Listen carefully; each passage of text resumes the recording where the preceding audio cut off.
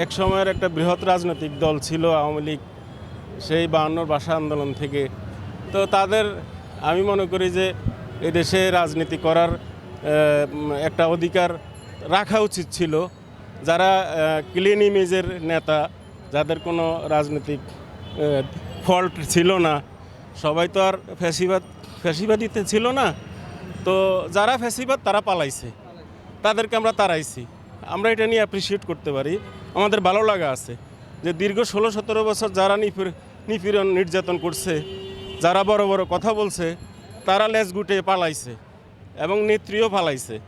তাহলে এখন যে রাজনৈতিক দলটার এত ইতিহাস, এত ঐতিহ্য অতীতে ছিল এবং তাদের একটা আমি মনে করি 40% সমর্থন এখনও বাংলাদেশে বিদ্যমান। তো সেই ক্ষেত্রে তাদেরকে নিষিদ্ধ করছে, ঠিক আছে। এখন তারা তাদের জায়গা থেকে দূর দেশে থেকে হোক বা ইন্টারনাল ভিতরগতভাবে হোক, যেভাবে হোক তারা তাদের অস্তিত্ব জানান দেওয়ার একটা চেষ্টা করতেছে। সেটা যে যেভাবে নেয় সে সেভাবে নিবে। যারা প্রতিহত করার পক্ষে তারা প্রতিহত করবে, যারা সমর্থন করার পক্ষে তারা সমর্থন করবে।